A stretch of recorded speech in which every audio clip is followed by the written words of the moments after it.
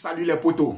Salut à tous les fans du football. Salut à tous les connaisseurs et amoureux du football. Salut à tous nos abonnés depuis la France, la Côte d'Ivoire, le Canada, la Belgique, le Maroc, etc. Salut à toutes les personnes qui nous suivent depuis longtemps.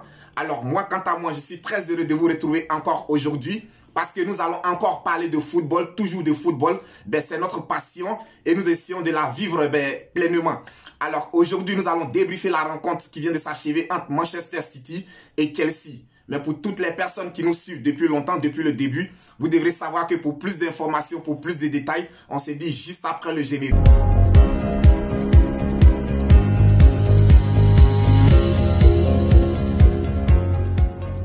Alors les potos, aujourd'hui, tout à l'heure, on a assisté à un duel des champions, c'est-à-dire Manchester City, le champion en titre d'Angleterre, se déplaçait du côté de Chelsea chez le champion en titre d'Europe. Je peux dire qu'on a assisté à une vraie démonstration de football. On a assisté à un match de qualité, à un match de haut niveau. Moi, j'aimerais dire vraiment bravo, bravo, bravo, bravo à Pep Guardiola. C'est vrai que je l'ai souvent critiqué pour ses choix tactiques parce que ces derniers temps, Pep Guardiola nous a habitués à jouer sans véritable avant-centre.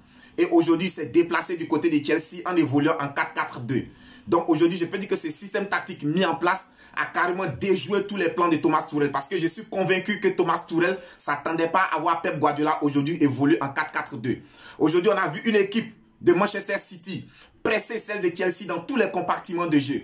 En tout cas, ils ont été vraiment agressifs, une agressivité positive. Dès qu'un joueur de Chelsea avait le ballon, tout de suite, il avait un ou deux joueurs de Manchester City dans les pieds. Ça a vraiment gêné les joueurs de Chelsea, les empêchant ici de faire des relances propres, de sortir le ballon. Ils étaient toujours obligés de sauter le milieu de terrain. Et poto, en tant que connaisseur du football, vous savez, quand une équipe joue en sautant toujours son milieu de terrain, cette équipe ne peut pas se créer d'occasion de but. Raison pour laquelle aujourd'hui, en 90 minutes, l'équipe de Chelsea a été incapable de pouvoir cadrer, je ne dirais qu'un seul tir. En 90 minutes, les attaquants comme Romelu Lukaku ou bien Timo Werner n'ont même pas été capables de cadrer un seul tir. Mais je peux dire que c'est grâce à l'activité du milieu de terrain de Manchester City.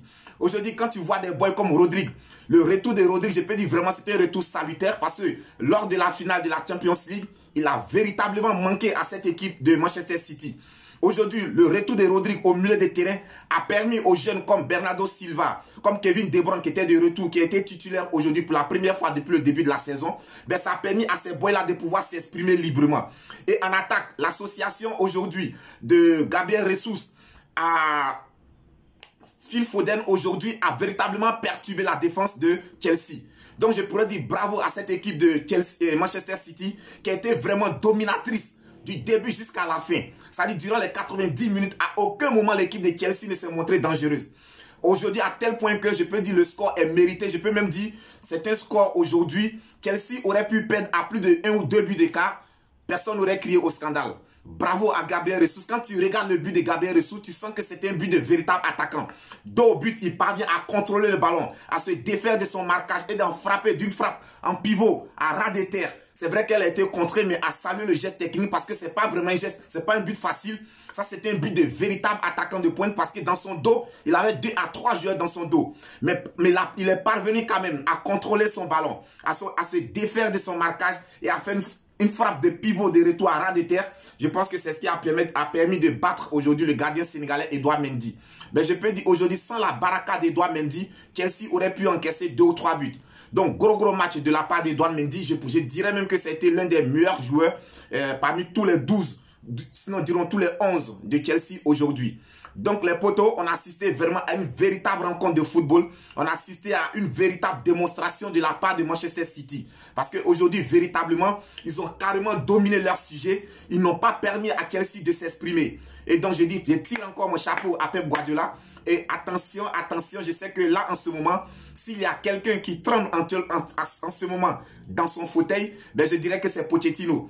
Pochettino, aujourd'hui, en voyant Manchester City évoluer de la sorte, je me dis en ce moment qu'il est en train de cogiter. Il est en train de cogiter pour voir quel est le système tactique qu'il pourra mettre en place pour pouvoir battre cette équipe de Manchester City là le mardi. Parce que les potos, sachez que mardi, il aura la Champions League et PSG reçoit Manchester City. Ça aussi, c'est un beau duel à voir le mardi. On reviendra sur ça plus tard pour vous donner plus d'informations. Et sachez aussi que, outre le match de Chelsea contre Manchester City, on a aussi Manchester United qui recevait Aston Villa. Belle victoire de Aston Villa à Old Trafford face à Manchester United. Alors je dirais que ça fait deux résultats très catastrophiques de la part des Mancuniens qui avaient très bien pourtant débuté la saison. Aujourd'hui encore, après s'être fait éliminer lors de la Coupe de la Ligue, aujourd'hui ils se sont fait battre à Old Trafford par une équipe de Aston Villa. Aujourd'hui, Aston Villa, on le sait tous, c'est une équipe difficile à jouer. Ben, aujourd'hui, ils sont venus et ils ont contrecarré tous les plans des Soldiers. Ils sont venus à bout de cette équipe de Manchester United. Alors, je dirais que Bruno Fernandes, quant à lui, a manqué un penalty à la 92e minute. Manchester United était minute 1-0. Quand à la 92e minute, ils obtenaient un penalty grâce à une faute de main dans leur surface de Aston Villa. Et comme on le connaît, c'est le spécialiste maison. Bruno Fernandes, qui était plutôt chargé de tirer ce coup de pied, ben, il a vendangé ce penalty, il l'a carrément mis au-dessus des poteaux à près de 3 mètres de hauteur. Je dirais que si c'était au rugby, on dirait que bravo, beau but. Mais malheureusement que nous sommes en football, Manchester United s'est incliné à domicile sur le score de 1-0 face à Aston Villa. Donc, très grosse performance de la part des Villains qui sont allés s'imposer. Bravo à eux. Alors, les potos, c'était tout pour aujourd'hui. Sachez que tout à l'heure, on a Paris Saint-Germain qui reçoit Montpellier. C'est une rencontre que je vous invite à suivre. Peut-être, si Dieu le veut, nous serons là pour débriefer cette rencontre avec vous. D'ici là, portez-vous bien. Partagez, likez, commentez. Ben, merci à tous nos abonnés. Merci à toutes les personnes qui nous font confiance. C'est The King Débrief, connaisseur connaît. La chaîne de tous les amoureux du football. D'ici là, portez-vous bien. Que Dieu vous protège.